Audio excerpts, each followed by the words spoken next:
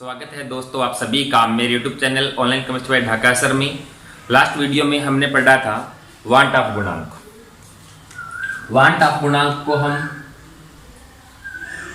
आई से दर्शाते हैं और इसको निकालने के जो तरीके थे उसमें देखें, जैसे कणों की संख्या के आधार पर तो क्या था,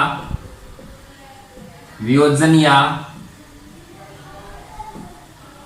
सहगुणन। किसका होता है वियोजन सहगुणन? विलेय का होता है। के बाद कणों की संख्या अपॉन वियोजन या सहगुणन से पहले कणों की संख्या मोलर द्रव्यमान से निकालें तो सामान्य या फिर सैद्धांतिक बोल सकते हैं। मोलर द्रव्यमान किसका लें? विलेय का, अपॉन असामान्य मोलर द्रव्यमान। या अणुसंख्यक गुणधर्म की बात करें तो सैद्धांतिक नीचे आ जाएगा, अपेक्षित ऊपर आ जाएगा। इस प्रकार से निकालते हैं। अब हम पढ़ेंगे वियोजन व सहगुणन कितना हुआ है, मीन्स वियोजन या सहगुणन की मात्रा का परिकलन करेंगे और इसमें यूज होएगा कौन? वांट ऑफ गुणांक। तो इसमें देखो, फर्स्ट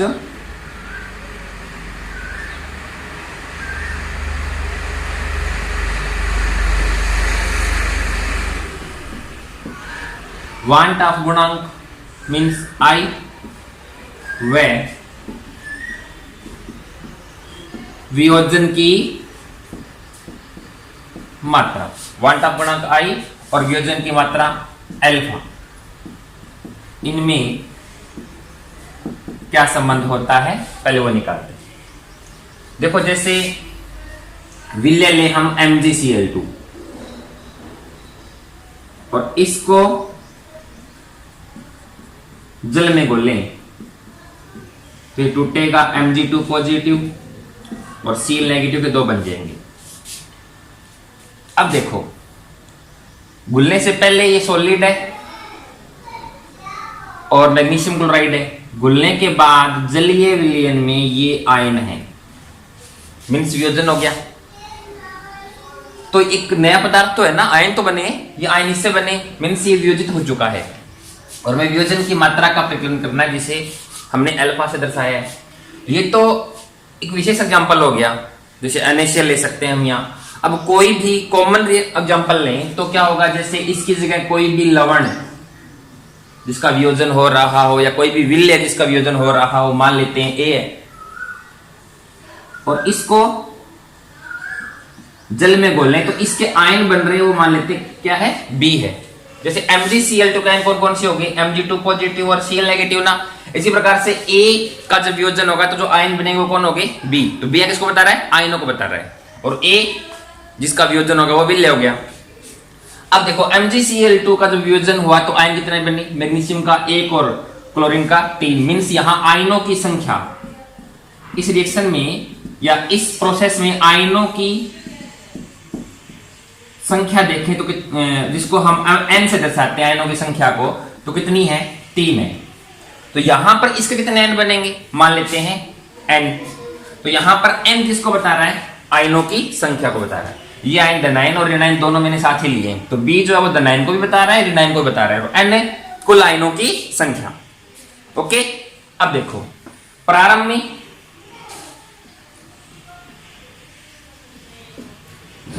इसका मान लेते हैं 1 मोल लिया, ये अभी वियोजित नहीं हुआ है तो कितना होगा? 0। बाद में का मतलब क्या हो गया? जब वियोजन हो चुका है उसके बाद मान लेते हैं वियोजन की मात्रा कितनी है? अल्फा, और कुल आयन कितने हैं? एन, तो क्या होगा? N alpha. तो यहां कितना बचेगा 1 माइनस अल्फा। तो प्रारंभ में जो है विलय के कण या विलय के मोलों की संख्या 1 हो गई, कणों की संख्या ले चाहे मोलों की संख्या ले, और वियोजन के बाद ये इतना बच गया, इतना हो गया। तो अब देखो यहां वियोजन से पहले आयनों की, वियोजन से पहले कणों की संख्या ले लें,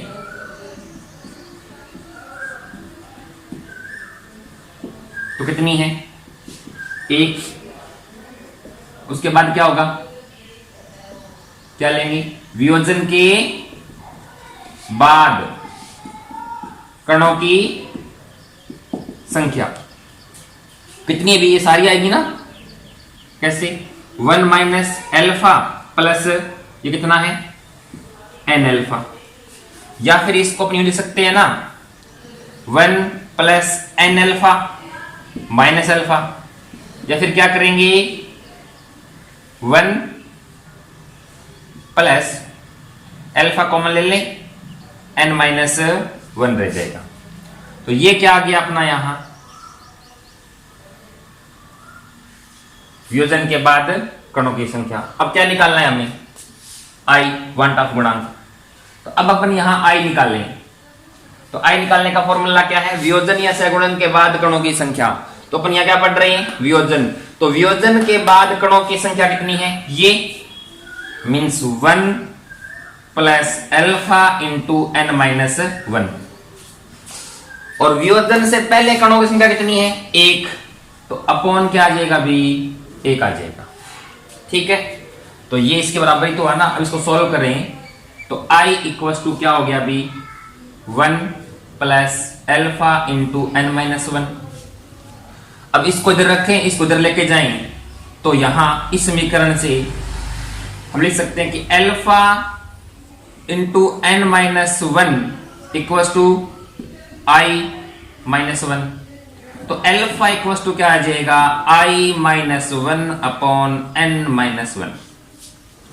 अर्थात हम इस फॉर्मूले से क्या निकाल सकते हैं बी, वियोजन की मात्रा अल्फा निकाल सकते हैं। अल्फा निकालने के लिए क्या चाहिएगा, एक तो i वांट ऑफ गुणांक, एक क्या चाहिएगा n क्या है कुल आयनों की संख्या। जैसे MgCl2 के लिए n कितना हो गया था 3, NaCl है NaCl, तो NaCl के लिए n कितना है भाई 2, CaCl2 कितना हो जाएगा n, यहां पर एक कैल्शियम है और 2 क्लोरीन है, कितना हो जाएगा 3, K4 FeCN6 के लिए कितना हो जाएगा देखा जाए तो 4, तो पोटेशियम और एक ये पूरा कितना हो जाएगा n 5 हो जाएगा। तो n किस प्रकार से निकालेंगे पता लग गया हमें। तो इस फॉर्मूले से अपन क्या निकाल सकते हैं, क्या निकाल सकते हैं भी वियोजन की मात्रा, जिसे हमने अल्फा से दर्शाया है। अब अपन क्या लेंगे सहगुणन की मात्रा। तो सेकंड क्या हो जाएगा वांट हाफ गुणांक, जिसे I से दर्शाया है, वह सहगुणन की मात्रा, इसे भी हम अल्फा से लेंगे, में संबंध। तो वांट ऑफ गुणांक और सहगुणन की मात्रा में हमें क्या निकालना है भी संबंध निकालना है। तो अब देखिए इसके लिए हम एग्जांपल लें, जैसे एसिटिक अम्ल है, इसको जल में घोलेंगे तो वियोजन हो जाएगा। तुम्हें क्या पढ़ना है सहगुणन, तो बेंजीन में घोला जाएगा ना, इसे सहगुणन हो जाएगा इसका, बेंजीन में घोलेंगे तो कैसे, हमें पता है कि एसिटिक अम्ल जो है वो हाइड्रोजन बॉन्ड बना लेता है।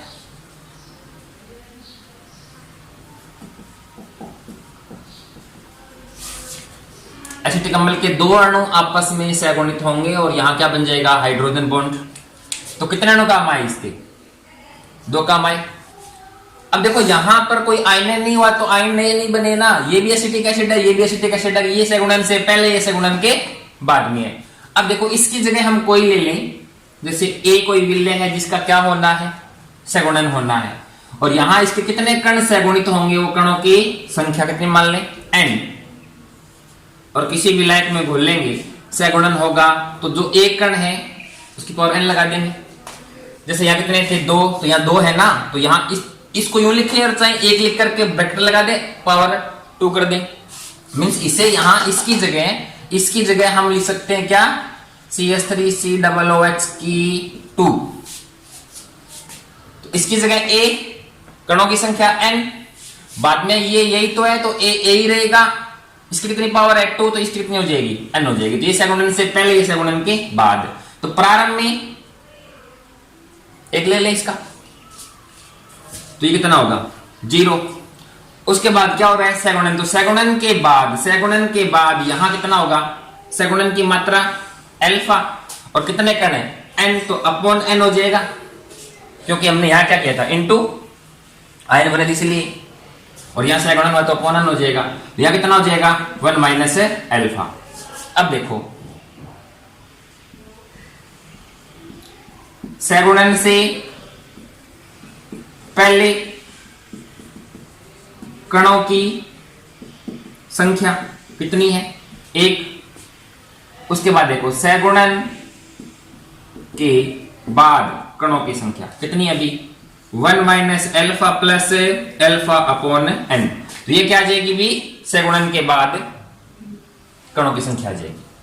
तो आई निकाल लें अब, तो आई निकालने के बाद का तरीका क्या है, सगुणन के बाद कणों की संख्या कितनी है, ये, या इसको क्या लिखेंगे फिर, 1 minus alpha plus alpha upon n, और सगुणन के पहले कणों की संख्या कितनी है, 1 है, तो इसको हल करें तो i इक्वल टू क्या आ गया, 1 minus alpha plus alpha upon n, या फिर i equal to 1 plus alpha upon n minus alpha, या फिर i equal to 1 plus alpha common ले लें तो क्या बचेगा 1 अपॉन n और माइनस 1। तो अब देखिए इसको अपन आगे सॉल्व कर लें तो क्या होगा, मैं यहां लिख रहा हूं इस इक्वेशन के बाद में इस जगह, alpha into 1 upon n minus 1 equal to क्या हो जाएगा, ये इधर जाएगा तो i माइनस 1।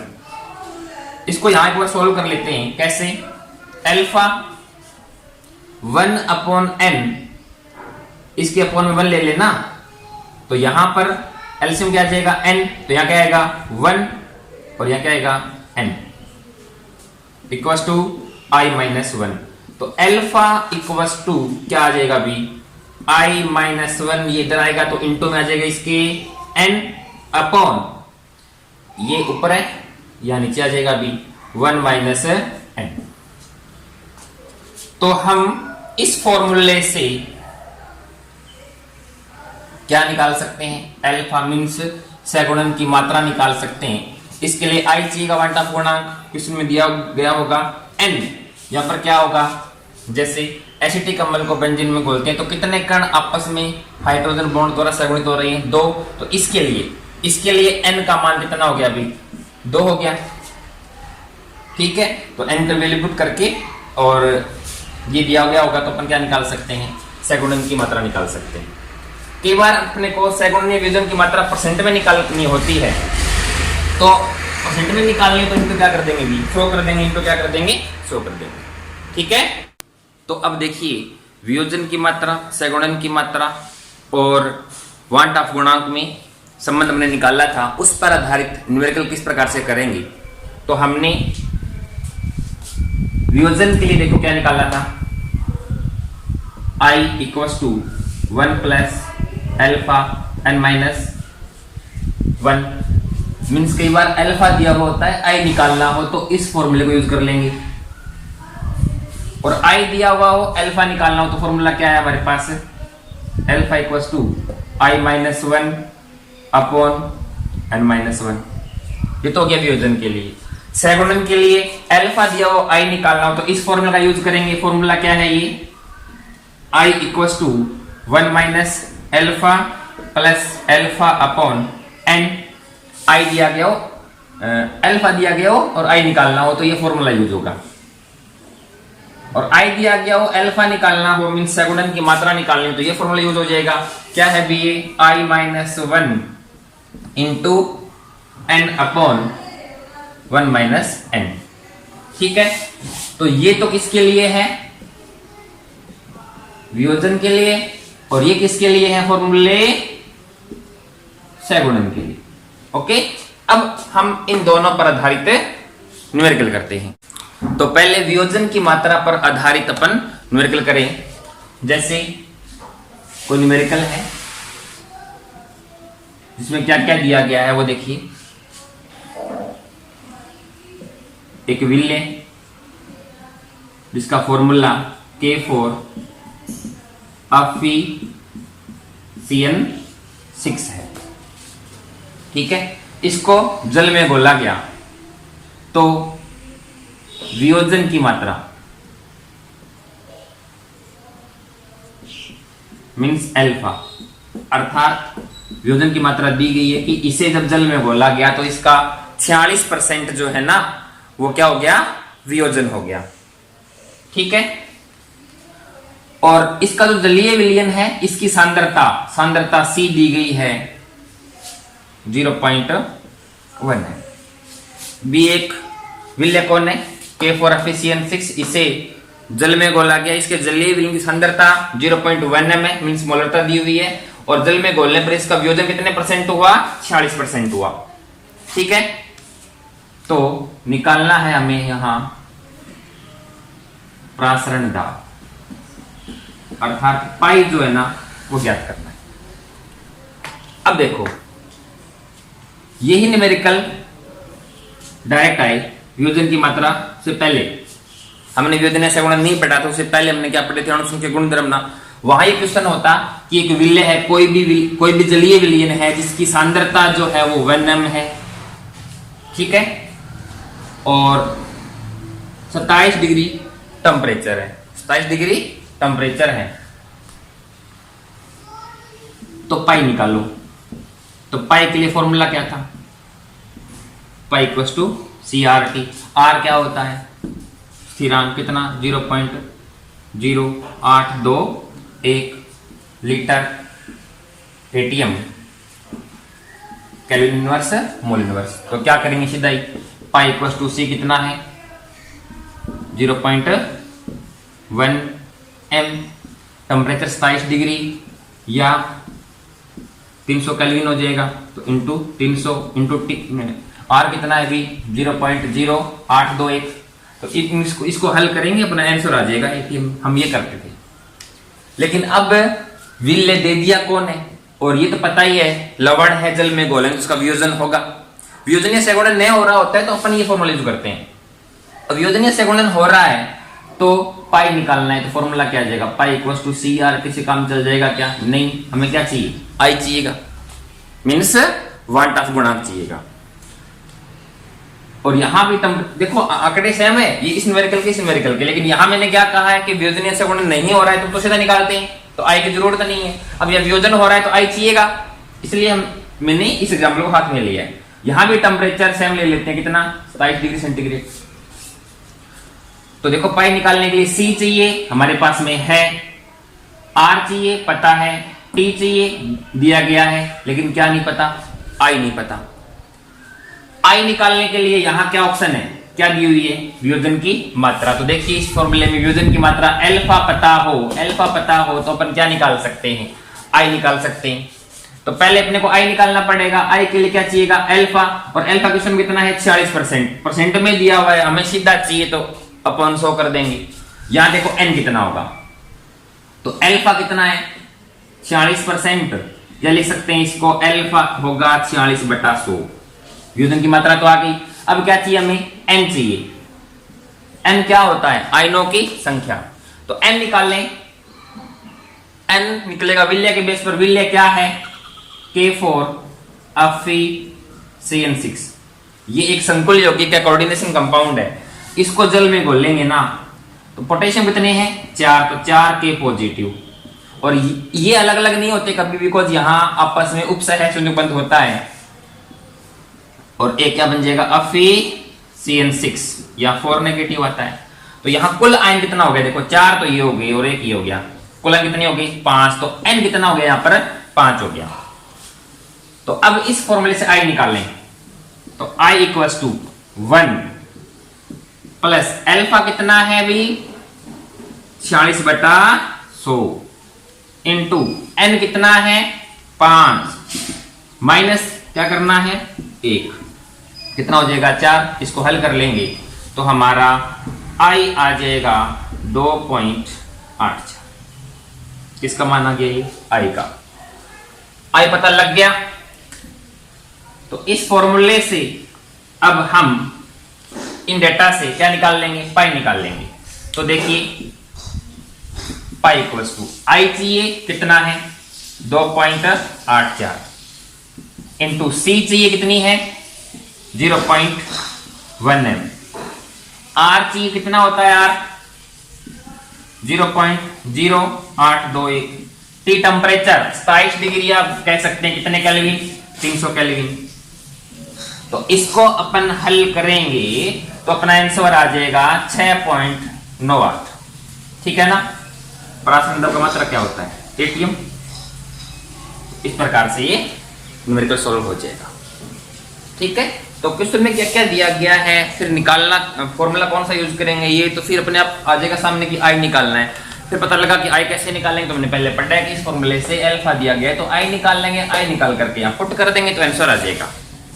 अभी क्वेश्चन कितना आसान होता है ना, दे दिया होता है इसकी जगह क्या आई जो है ना तो ये है, तो कुछ करना ही नहीं है, सीधा इतना ही सा काम था। लेकिन थोड़ा सा क्वेश्चन अलग है, वियोजन की मात्रा दी है तो भैया इससे पहले क्या निकाल लो, आई निकाल लो, फिर पुट कर दो, थोड़ी मजदूरी ज्यादा करनी पड़ेगी बस। तो अब सहगुणन की मात्रा के आधार पर जो न्यूमेरिकल है उसको लेते हैं। जैसे कोई क्वेश्चन है, उस क्वेश्चन का डेटा क्या है देखिए, बेंजोइक एसिड C6H5COOH विल्ले है। ठीक है, विल्ले को हम दर्शा सकते हैं किससे, ए से, और इसकी मात्रा या इसका द्रव्यमान मीन्स WA क्वेश्चन में दिया गया 0.3 ग्राम। विलायक बेंजीन C6H6 जो क्या है विलायक है, जिसे हम B से दर्शा रहे हैं, इसका द्रव्यमान या इसकी मात्रा को हम दर्शाते हैं WB से 20 ग्राम। डेटा क्या हो गया अब तक का 0.3 ग्राम बेंजोइक एसिड जो है वो 20 ग्राम विलायक बेंजीन में घुला हुआ है। ठीक है, और जो KF है हिमांक अवनमन स्थिरांक वो विलायक के लिए होता है, और बेंजीन का हिमांक अवनमन स्थिरांक जो है वो भी दिया गया है, कितना है 5.1, कितना होता है भी स्थिरांक है केल्विन किलोग्राम मोल इनवर्स। स्थिरांक जो है वो क्वेश्चन में दिए हुए होते हैं। और जब इस विलायक में इस विलय को घोला गया तो हिमांक में अवनमन डेल TF कितना हिमांक जो है ना वो घटा, वो भी डेटा दिया हुआ है 0.317 केल्विन। ये डेटा हमारे पास है। अब निकालना क्या है वो देखो, ये गिवन है। अब जो हमें निकालना है, क्या निकालना है, सहगुणन की मात्रा निकालना, और अल्फा निकालने का हमने एक ही तरीका पढ़ा है, वो क्या है, अल्फा निकालना हो तो I-1 into N upon 1 - N इस फॉर्मूले से निकालेंगे। ठीक है, तो हमें अल्फा निकालना है तो क्या चाहिएगा, N चाहिएगा और I चाहिएगा। तो इस क्वेश्चन के लिए N क्या है, N क्या है, कितने कण सहगुणित होंगे। तो बेंजोइक एसिड एसिटिक एसिड की तरह ही सहगुणित होगा। तो दो अणु आपस में क्या बनाते हैं, हाइड्रोजन बॉन्ड। जैसे दो अणु है सहगुणित हुए बाद में वो एक अणु की तरह बिहेव करेंगे, है ना। तो कितने कण आपस में सहगुणित होते हैं वो हो गया। तो कितने कण होते हैं 2, तो N पता लग गया कितना है 2 है। N पता लग गया, एक दिया हुआ I, तो I निकालना पड़ेगा। अब भैया इस डेटा से I कैसे निकाले, सोचो I कैसे निकाले। तो एक तो वो था I निकालने का जो फॉर्मूला जो मैंने थोड़ी देर पहले बताया था, तो उसमें तो अल्फा चाहिए। अल्फा तो निकालना ही है फिर, तो वो फॉर्मूला तो काम नहीं आएगा। तो आई वांट ऑफ गुणांक, पहले हमने क्या पढ़ा है कि यदि हमें प्रेक्षित और सैद्धांतिक अणुसंख्या गुणधर्म मिल जाए तो निकाल लें, लेकिन यहां पर प्रायोगिक वैल्यू दी हुई है, सैद्धांतिक तो पता नहीं, तो कर नहीं सकते। वियोजन से पहले कणों की संख्या, वियोजन के बाद कणों की संख्या, वो भी तो नहीं दी हुई, तो इसलिए भी नहीं निकाल सकते। अब देखो हम इस डेटा से क्या निकाल सकते हैं, एक तरीका और क्या था अपना, मोलर द्रव्यमान पता लग जाए, सामान्य और असामान्य दोनों, तो निकाल सकते हैं, है ना। तो बेंजोइक एसिड का सामान्य मोलर द्रव्यमान कितना होता है, सामान्य मोलर द्रव्यमान किसका, बेंजोइक एसिड का। मोलर द्रव्यमान को लिखते हैं अपन Ma से, तो फॉर्मूला क्या है हमें निकालेंगे तो कार्बन कितने हैं 6, हाइड्रोजन 5, फिर कार्बन, फिर C++ ये, तो इस फॉर्मूले से निकाल सकते हैं ना अपन क्या, सामान्य मोलर द्रव्यमान कार्बन का 12 होता है, हाइड्रोजन का 1, ऑक्सीजन का कितना होता है 16, तो 122 टोटल आ जाएगा 122 ग्राम पर मोल। अरे 12 गुणा 6 कर लेंगे ना, फिर 5 गुणा 1 कर लेंगे, फिर कार्बन का 12, फिर 16 और फिर 1 ऐड करेंगे, कितना आ जाएगा 122 ग्राम पर मोल। ये इसका सामान्य मोलर द्रव्यमान है। और आई निकालने का तरीका क्या है, जो सामान्य मोलर द्रव्यमान है उसमें भाग लगा दें असामान्य मोलर द्रव्यमान का, तो आई निकल के आ जाएगा। अब देखो सामान्य मोलर द्रव्यमान कितना है भाई 122, अब असामान्य कितना है, असामान्य निकालना पड़ेगा, डेटा दिया हुआ है निकाल लेंगे। तो डेल टीएफ निकालने का तरीका क्या है, केएफ इंटू स्मॉल एम, हमने पहले पढ़ा है, डेल टीएफ निकालने का ये तरीका होता है। अब देखो यहां स्मॉल एम क्या है, मोललता, तो del TF equals to KF into मोललता क्या होती है WA/MA इंटू WB, और ये ग्राम में दिया हुआ है तो क्या आ जाएगा 1000 आ जाएगा। हमें निकालना क्या है MA, तो MA इक्वल्स टू क्या हो जाएगा B, अरे ये आ जाएगा, ये यहाँ चला जाएगा, तो KF into WA into 1000 upon